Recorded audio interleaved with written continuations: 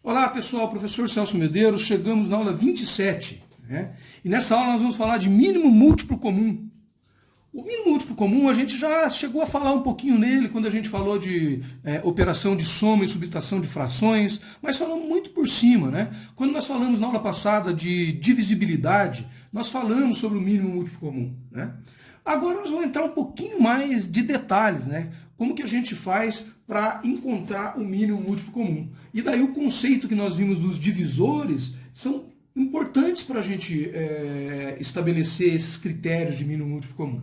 Então vamos pegar aqui, ó. Eu vou fazer o mínimo múltiplo comum do número 32, certo? Vou pegar o número 32 aqui. Então o que é o mínimo múltiplo comum? Eu vou pegar esse número e vou procurar os divisores primos dele. Então eu vou começar com o 2. O primeiro número primo é o 2, e inclusive é o único número primo que é par, né? Então eu vou perguntar, 32 dá por 2? Dá. 32 dá por 2. Daí eu vou pegar esse 32, vou dividir por 2, então ele vai ficar aqui 16. Daí eu vou perguntar, 16 dá por 2? Dá. 16 dá por 2. Eu vou dividir esse 16 por 2, deu 8 aqui. 8 dá por 2? Dá. E aqui fica 4. 4 dá por 2? Dá. E aqui fica 2. 2 dá por 2? Dá. E aqui fica 1. Terminei o meu mínimo múltiplo comum. Meu mínimo múltiplo comum, então, é igual a quanto? 2 elevado a 5. Esse é o meu mínimo múltiplo comum, que é, no caso, 32. É o próprio número, certo? Esse é o mínimo múltiplo comum. Normalmente a gente tira o mínimo comum de dois números. Então, por exemplo, eu estou fazendo uma conta de fração lá, né? E nessa conta está, por exemplo, 2 divididos por 32 mais 3 divididos por 6. Certo? Então eu preciso do mínimo múltiplo comum entre o 32 e o 6. Então eu vou fazer ele aqui, ó, 32,6. Veja que agora eu estou pegando os dois números ao mesmo tempo, né? E vou perguntar, dá por 2 aqui? Tem algum número que dá por 2? Dá. Esse número aqui dá por 2, ó, 32, que dá 16 aqui, e esse aqui também dá por 2, e ficou 3 aqui. Ah, tem algum número que dá por 2? Tem. Esse aqui. E aqui fica 8, e aqui eu repito 3 porque não dá por 2. 8 dá por 2. 4 dá por 2. 2 dá por 2. E agora eu vejo, tem algum que dá por 2? Não, daí eu vou perguntar ao próximo primo. Tem algum que dá por 3? Tem, o 3 aqui. Então aqui, terminei o meu mínimo múltiplo comum. E o meu mínimo múltiplo comum aqui é 2 elevado a 5, né, vezes o próprio 3. 2 elevado aqui é 2 elevado a 5, né?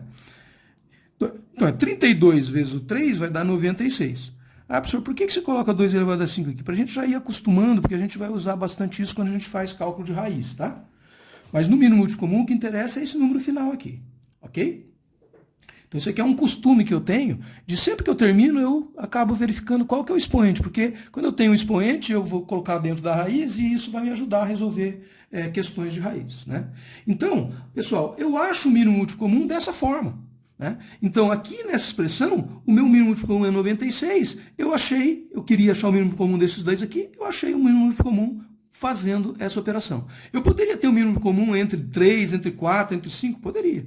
A operação é a mesma. Eu vou analisar na linha, pergunto, tem algum que dá por 2? Tem. Então eu faço a divisão e divido o que dá por 2 e vou reduzindo. Até eu perguntar, e agora, tem algum que dá por 3? Terminou o 3, qual que é o próximo primo? 5. Tem algum que dá por 5? Terminou o 5, qual que é o próximo? 7. Tem algum número aqui que é divisível por 7? Próximo primo, 11, 13, né?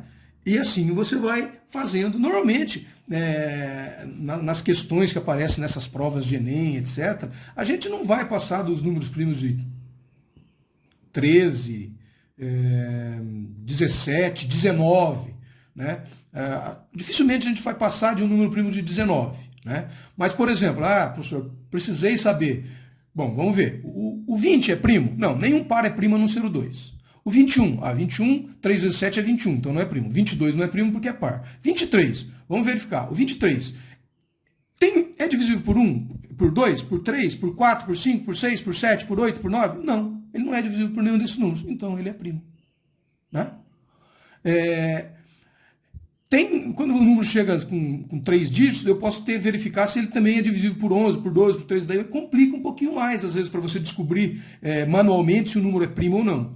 Mas veja, o conhecimento de números primos para as provas de Enem, para esse conhecimento de ensino médio, né, que a gente precisa ter, normalmente você vai, sabendo os números primos até o 20, você vai resolver a grande maioria das questões, tá bom? Beleza então, pessoal. Com isso, a gente aprendeu a calcular os mínimos múltiplos comuns, que são muito utilizados quando eu faço uma conta, por exemplo, de soma ou subtração de frações, e eu vou utilizar mais ou menos dentro desse formato aqui, ó, que seria a decomposição de um valor para resolver uma raiz. Isso a gente vai ver mais para frente, né? Espero que tenham gostado. Até uma próxima.